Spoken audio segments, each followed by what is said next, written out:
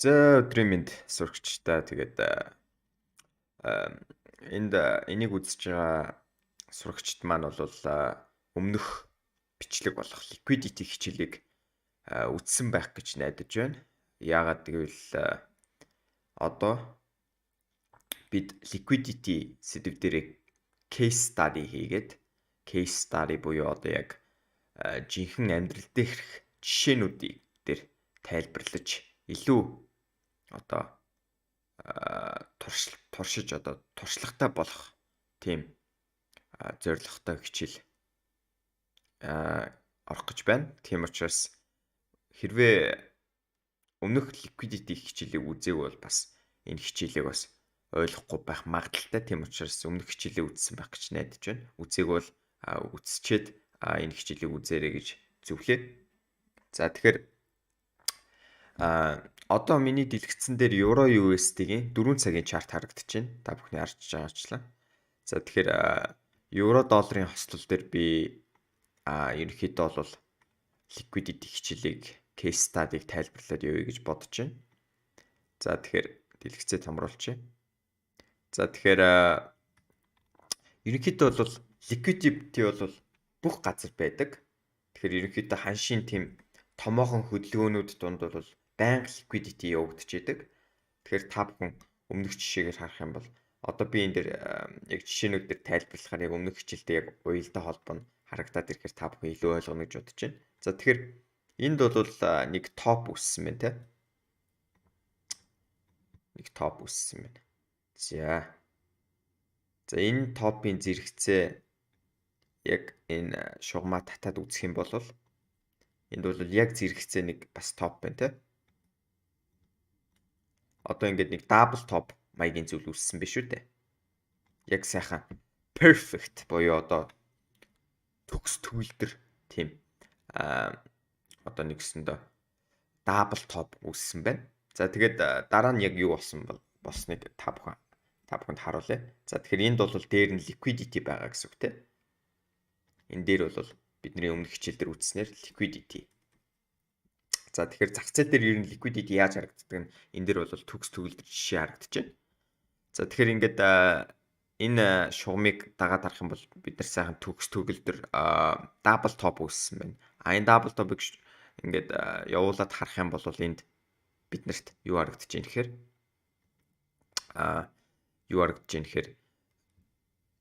хэдүүлэнгийнх нь нөгөө нэг liquidity-г маань нөгөө нэг томоохон банкны болон хөрөнгө оруулагч чинь энүүгээр мөнгөө цуглуулж аваад тэгээд дараа нь юу болсныг та бүхэн хардаа. Ханш бүр зүгээр л сүрсэн байгаа зү баг ханш үгсэн байгаа зү. Тийм учраас liquidity энэ дээр бол маш хүчтэй нөлөөсөн гэсэн үг. Энэ дээр бол маш олон доллар мөнгө энд бол цуглуулж аваад тэгээд яг өөрсдийн үндсэн чиглэлдээ ингээд хөдлөөд явсан байна. За тэгэхээр энэ дээр бол нэг liquidity-гийн жишээ харагдаж байна. Double top-той жишээ харагдаж байна. За үргэлжлүүлээд үзье. За тэгэхэд хэдүүлэнд нас өөр жишээ байна уу те? За өөр жишээ гэх юм бол за энд бол бас trend line-ы бас liquidity үүссэн байна. Энэ бол ингээд ерөнхийдөө бол ханшиг бол ингээд үргэлжлүүлээд үзэх юм бол энийг бол сэтэлсэн байна те. За энэ бол liquidity бол хамагдсан байна гэж үзэж болно. Энэ дээр бол маш олон их мөнгө бол эргэлдэж байгаа. Яагаад гэвэл эндээс бол яг энэ шугамын дагуу бол маш олон одоо retail арилжаачд бол энэ дээр sale арилжаа орсон. Тэгээд мэдээч бүгдийн sale орж байгаа учраас мэдээч бүгдийг бас stop loss-оо энэ дээр нь тавьж өгсөн байгаа. Stop loss-оо дээр нь тавьж өгнө гэдэг чинь хэдүүлэнгийнхэн доллар буюу одоо liquidity маань бол энэний дээр нь үж таарна. Тэгэхээр энэ liquidity-г бол энэ ханш бол аваад буцаад доош унсан байна те. Тэгэхээр бол энд бол sale арилжаа өгöd энэний дээрхэн одоо нэгсэндээ stop loss-оо тавьсан хүмүүс бол алдагдал хүлээгээд гарсан байна. Тэгээд нэгсэндээ мө stop loss-ын цохиж одоо олсон мөнгөө нийлүүлээд доошо хашиг бол short орсон байна те. Short орж ярилцсан байна. За тэгэхээр liquidity бол яг энэ мэтчлэн бол хаач явагддаг. Тэгээд хэдүүл бас дахиад жишээ харъя. Зөндөө жишээ байгаа. Одоо томоохон хөдөлгөөнүүд бол ихвчлэн liquidity хамагдсан байдаг ямар нэгэн байдлаар. За энд бол гоё trend line-ы liquidity харагдаж байна те. Ийм томоохон одоо хөдөлгөөний дунд бол дандаа liquidity явж идэг. За та бүхэн энийг харах юм бол ингээ хашиг ингээ буцаагаад үзье. За одоо ингээ томруулаад үзье. За ингээ та бүхэн харах юм бол хаш бол энд бол дээр нь liquidity үүссэн байна те. Liquidity үүссэн байна. Ягаад гэвэл одоо хаш бол маш цэвэр liquidity үүссэн байна. Үзүүр нийлээд бүгд бүр perfect байгаа зү. 3 одоо үзүүр нийлсэн. Буюу одоо яг тэгш байсан бол double triple top маягийн 3 орой үүссэн биз дээ. Тэгэхээр бол арилжаачд бол ихэнх арилжаачд 90% нь бол энд бол sell арилжаанд орж байгаа гэж үзье. Тэгээ stop loss дээрх нь тавиад үгүй те. За тэгээд энд хөрөнгөт нь энэ одоо үзүүр юун дээр хөрөнгөт нь одоо sell арилжаанд орлоо гэдэг ийм арилжаа нээсэн. Одоо stop limit order буюу энэ дээр хөрөнгөт нь уннаа гэсэн таамаглалтай арилжаачд бол маш их байгаа. 90% гэсэн үг. Тэгэхээр яг 90% биш, яг ерөнхийдөө тооцоолох юм бол 90% гэдээ ойлгож байна. Тэгэхээр ерөнхийдөө ихэнх арилжаачд бол эндээ sell арилжаанд орох захиалга өгсөн байна. За тэгэхээр дараа нь юу басныг хараа хэдүүлээ. Бүүм.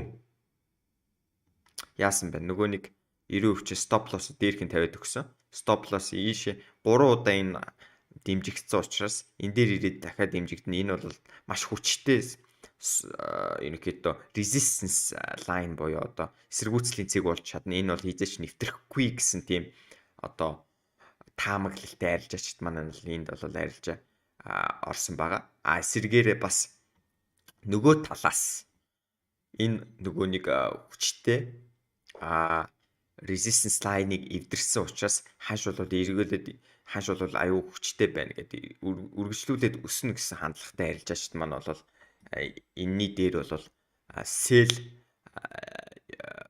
buy stop арилжаанд бол ороод одоо нэгсэндээ хаш энэ дээр ирэх юм бол buy stop гэдэг маань бол хаш энэ дээр ирэх юм бол энийг нэгсэндээ сэтэлчих юм бол эндээс buy арилж орё гэдэг. Ерөнхийдөө breakout trade буюу задрал дээр арилждаг арилжаачд бол ийм ордер өгсөн байгаа.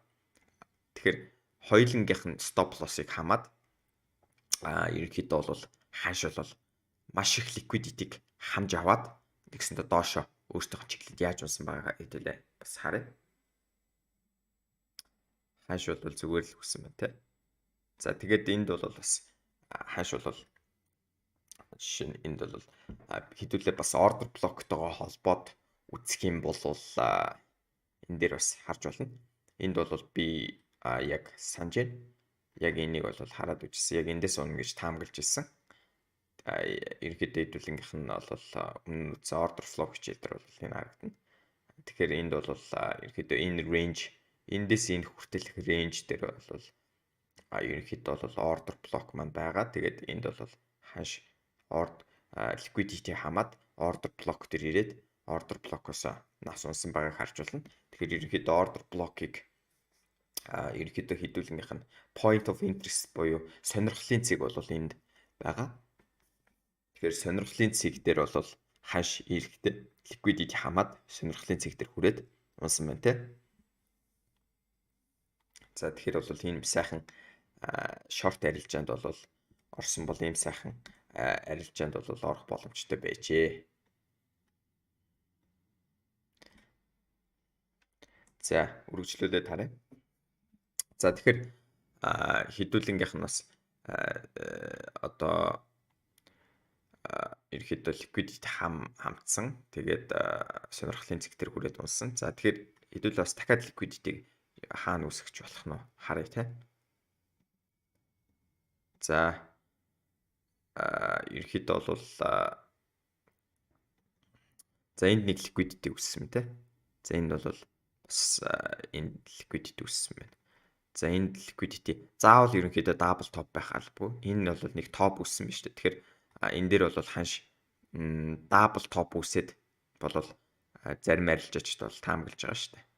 Энэ дээр бол дабл топ үсээ шууд уннаа гэтэл болол хаш тэгээгүй харин яасан бэ гэхээр нөгөө дабл топ болно гэж таамаглаж исэн одоо өндөр оройг бол сэтэлээд унсан байна те. Сэтэлээд унахтаа бол биднэрт бас нэг энэ томоохон уналтыг бол үзүүлсэн байна те. Энэ томоохон уналтын өмнөх одоо нэгсэндээ энэ дээрх одоо liquidity-г хамаж авсан одоо нэгсэндээ сүүлийн одоо buy candle буюу bullish candle хаана вэ гэхээр энэ үү те.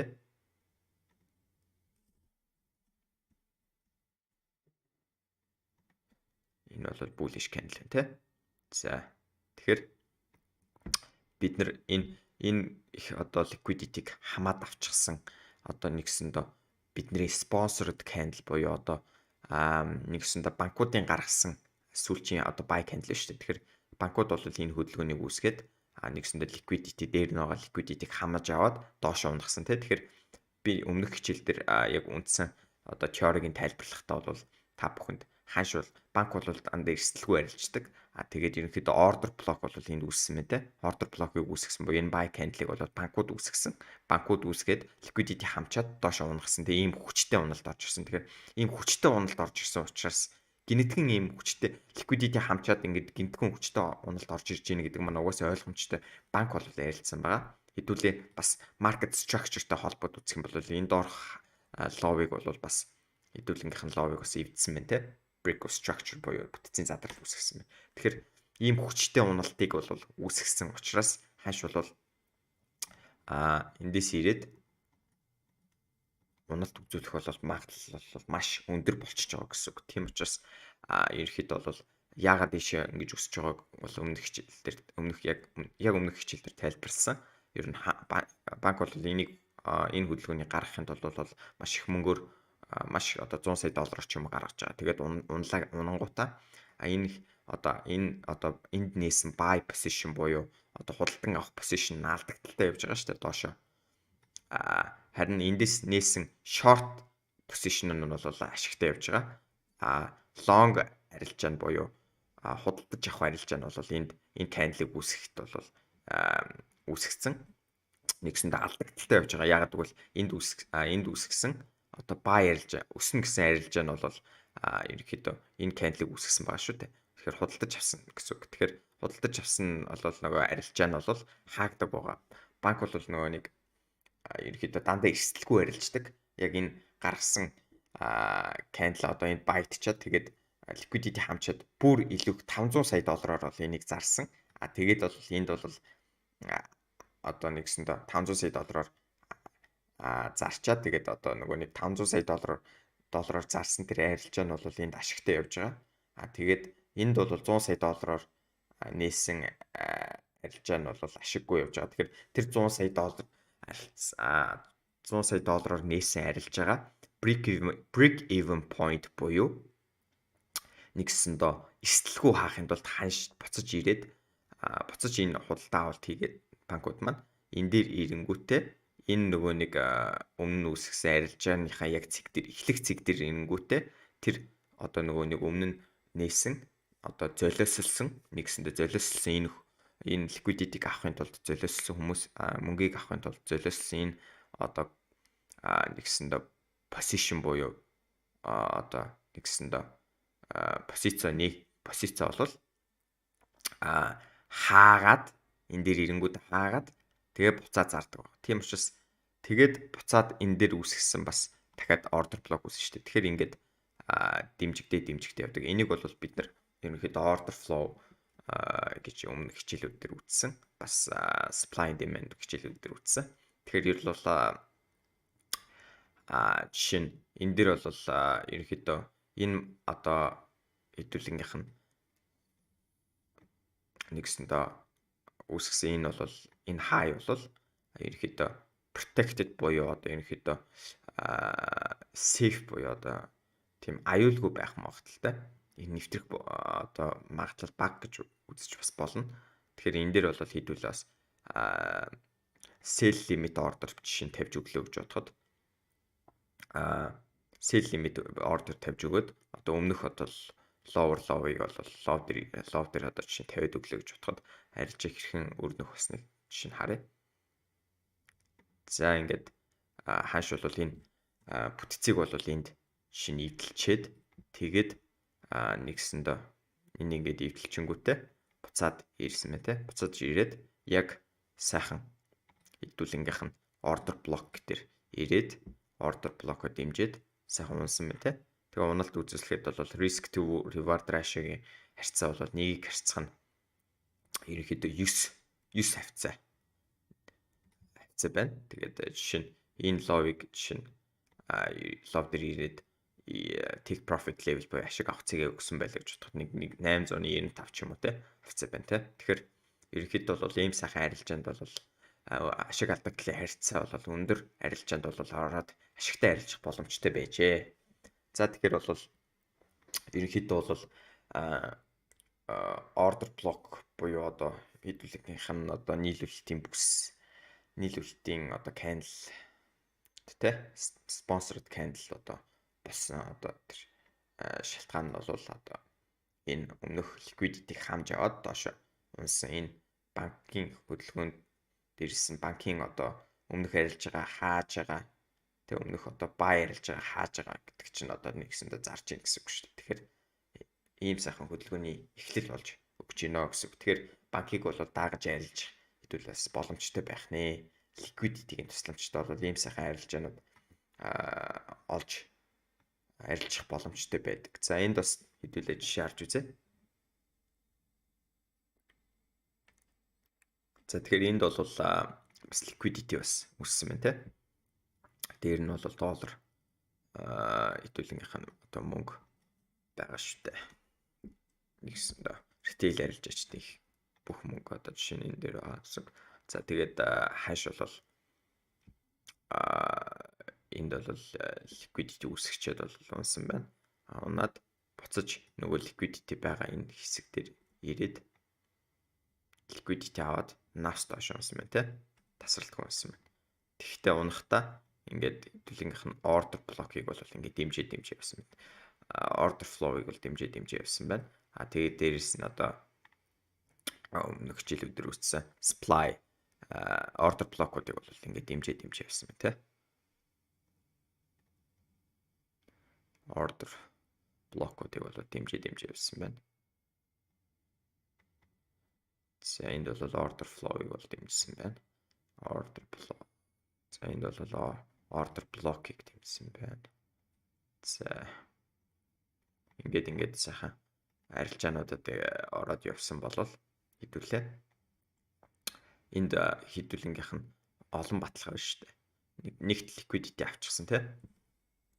За жишээ нь нэгт бол liquidity хамаад авчихсан. Liquidity хамаад авчихсан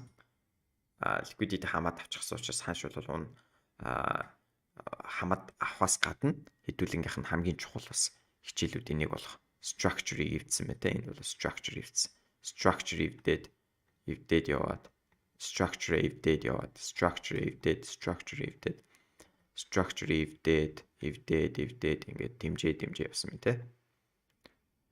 За тэгэхээр бол нэгсэндээ liquidity хамж авсан structure бидний талд байна. Order flow бидний талд байна. Order block-ууд манаас яг оролтын цэг болж өгөхөд бол тааламжтай байдлаар байрсан байна. Тэгэхээр бол ийм олон баталгаа жишээ нь одоогийн байдлаар бол жишээ нь эдгээр баталгааг аваад орох боломжууд бол энд харагдаж байна. Тэгэхээр ерөнхийдөө бол өндөр магадлалтай арилжаанууд бол ямар арилжаа байдаг вэ гэхээр бас liquidity тэ заавал хослох ёстой байдаг. Liquidity аваг бол ханш бол таны оролтын цэгээс бол хүчтэй хөдлөх магадлал бол liquidity хамсан байж ижил одоо гэсэндээ саяны жишээнүүдээс харахад бол хүчтэй хөдөлгөөнүүд ихэвчлэн liquidity хамлсны дараагаар хөдөлгөөг бол та бүхэн ер нь бол харсан баг. Тийм тэгэхээр хэд бол жишээнүүд дээр ийм жишээнүүд байна. Тэгэхээр энэ хичээл бол ойлгомжтой байсан байх гэж найдаж байна. Тэгээд ерөнхийдөө бол та бүхнийг бас өөрсдийнхөө trading view ч юм уу чарта гаргаж ирээд бас өөрсдөө liquidity-г олоод order flow өмнөх хичээлүүдэд баттгаад тэгээд яг өөрсдийнхөө чартн дээр зурж үзээд явах юм бол илүү яг үлдэц сайн дээрэс нь ойлгож дагаад сайн байх болно гэдэгт бол итгэж байна. Тэгээд за анхаарал тавьсанд баярлалаа. Тэгээд дараагийнхаа хичээлээр уулзтлаа. Түр баяртай.